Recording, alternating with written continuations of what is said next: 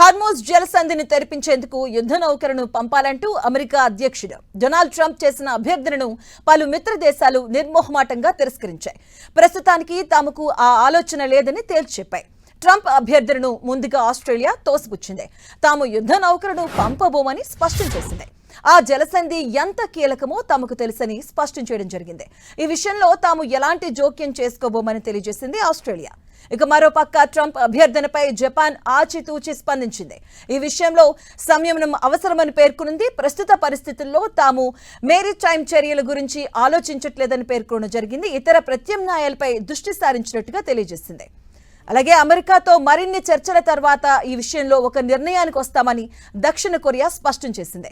సమగ్ర సమీక్ష తర్వాత ఈ విషయంలో ముందడుగు వేస్తామంటూ వెల్లడించింది. బ్రిటన్ కూడా ఈ విషయంపై ఆచితూసి స్పందించింది. యుద్ధ నౌకలను పంపించే విషయంలో ట్రంప్తో చర్చిస్తున్నామని బ్రిటన్ ప్రధాని కీర్ స్మార్మర్ పేర్కొన్నారు. కెనడా ప్రధాని మార్క్ కార్నీతో కూడా చర్చించినట్టుగా తెలియజేశారు. హార్మోజ్ జలసంధిని తెరిపించేందుకు యుద్ధ నౌకలను పంపించాలని పలు దేశాలను అధ్యక్షుడు డొనాల్డ్ ట్రంప్ అభ్యర్థించాడు. తమ పరిధిలోని ప్రాంతాన్ని ఆయా దేశాలు రక్షించుకోవాలని పేర్కొన్నారు. ఇంధన అవసరాల కోసం హార్మోజ్ జలసంధిపై అమెరికా అంతగా ఆధారపడలేదని అన్నారు. ఇతర దేశాలకే ఆ అవసరం ఎక్కువని కామెంట్స్ చేశారు. ఈ సందర్భంగా చైనా గురించి ప్రత్యేకంగా ప్రస్తావించారు.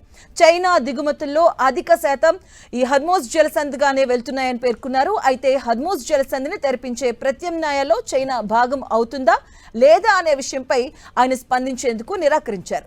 జరుగుతున్న పరిణామాలను తీక్షణంగా పరిశీలిస్తున్నట్టు ఆస్ట్రేలియా, జపాన్, బ్రిటన్ సహా పలు మిత్ర దేశాలు అమెరికా పిలుపును పక్కన పెట్టాయి. ఇక మిత్ర దేశాలు తమ మాట వెనుకపోవడంపై ట్రంప్ ఆగ్రహంతో ఉన్నట్టుగా తెలుస్తుంది. హార్మోజ్ జలసంధి చుట్టూ వాహన నౌకలను మోహరించాలి అన్న తన ప్రతిపాదనను లెక్క చేయకపోవడంపై ట్రంప్ గరంగా ఉన్నాడు. దీనిపై ఆయన ఇప్పుడు ఎలా రియాక్ట్ అవుతారు అన్నది ఆసక్తికరంగా మారింది.